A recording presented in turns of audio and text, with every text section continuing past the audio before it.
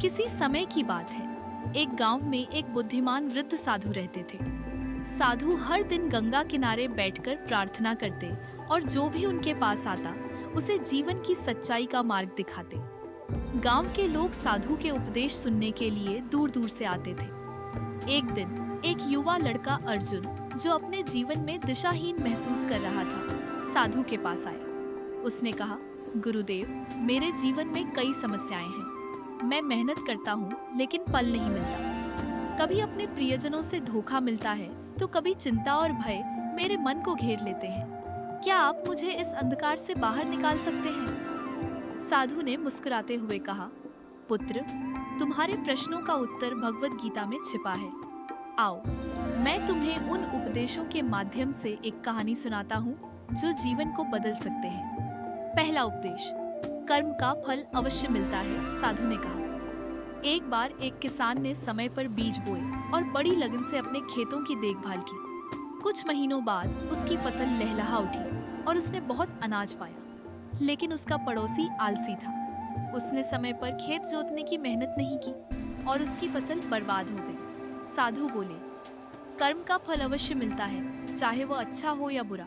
जो जैसा बोता है वैसा ही काटता है। दूसरा उपदेश, अत्यधिक मोह दुख का कारण बनता है। फिर साधु ने आगे कहा, एक व्यापारी अपने बेटे से बहुत मोह करता था। उसने उसे अनुशासन का पाठ कभी नहीं पढ़ाया। बेटे को हर इच्छा पूरी करने की आदत हो गई। जब वह बड़ा हुआ तो उसने अपने पिता को अपमानित करना शुरू कर दिया। साधु ने समझाया, जब मोह आवश्यकता से अधिक हो जाता है तो वह दुख का कारण बन जाता है। जीवन में संतुलन ही सुख का रहस्य है। तीसरा उपदेश, अपनी रक्षा खुद करो, तभी भगवान भी मदद करता है। साधु ने कहा, श्री कृष्ण ने अर्जुन से कहा था, मैं तेरे साथ हूँ, लेकिन युद्ध तुझे ही लड़ना होगा।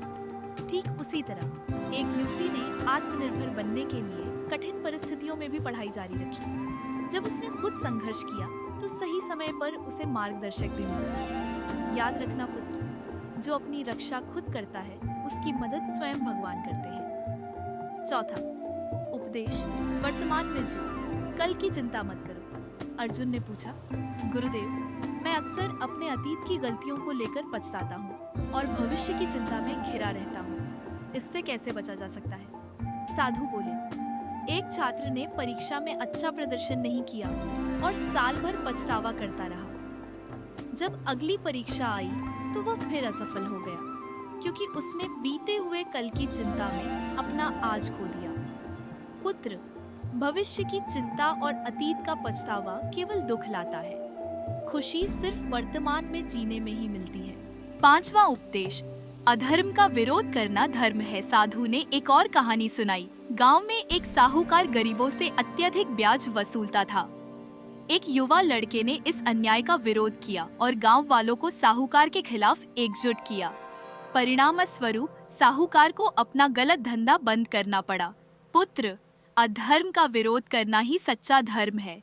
यदि तुम अन्याय सहते रहोगे तो अधर्म को बढ़ावा दोगे। छठा उपदेश, सच्चा ज्ञान अहंकार को मिटा देता है। साधु ने अर्जुन को एक विद्वान की कहानी सुनाई।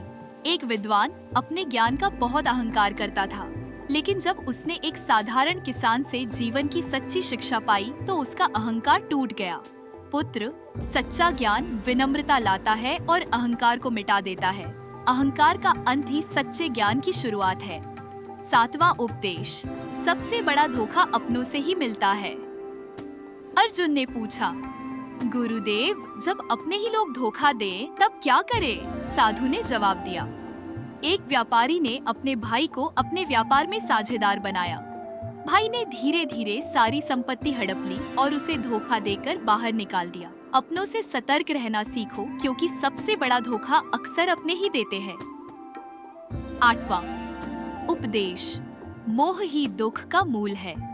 साधु ने आगे समझाया, एक व्यक्ति ने अपने पुराने घर से इतना लगाव कर लिया कि वह नया घर खरीदकर भी पुराने घर में ही रहना चाहता था, लेकिन जब वह घर रहने लायक नहीं रहा तब उसे मजबूरी में छोड़ना पड़ा। पुत्र, मोह वस्त्र की तरह बदलना चाहिए। जरूरत से ज्यादा मोह दुख का कारण बन जाता है। नवा उपदेश, स्वधर्म का पालन करना श्रेष्ठ है। साधु ने अर्जुन को एक और उदाहरण दिया। एक डॉक्टर ने अपने पेशे को छोड़कर बिजनेस करने का सोचा, लेकिन वह बिजनेस में असफल रहा और अपने असली कर्तव्य यानी लोगों की सेवा से भी दूर हो गया। पुत्र, अपने धर्म और कर्तव्य को छोड़ना ही सबसे बड़ा दोष है। स्वधर्म का पालन ही सच्चा धर्म है। 10वां उपदेश, सच्ची भक्ति फल की इच्छा के बिना होती है। अंत में साधु ने कहा, एक महिला ने वर्षों तक मंदिर में पूजा की ताकि उसे पुत्र रत्न की प्राप्ति हो। जब उसकी इच्छा पूरी नहीं हुई तो उसने पूजा करना छोड़ दिया। पुत्र, सच्ची भक्ति वह है जो बिना किसी स्वार्थ के की जाए। भगवान सिर्फ निस्वार्थ प्रेम को स्वीकार करते हैं। अंत में साधु ने अर्जुन से कहा, इन उपदेशों को जीवन में उतारो पुत्र। गीता का सार यही है, कर्म करो, फल की चिंता मत करो। अर्जुन ने साधु के चरणों में सिर झुका लिया और कहा, गुरुदेव, आज मेरे जीवन का अंधकार समाप्त हो गया। अब मैं अपने कर्म पथ पर निडर होकर आगे बढ़ूंगा। जय श्री कृष्ण। यदि आपको ये कहानी पसंद आई तो इसे अपने प्रियजनों के साथ जरूर साझा करें।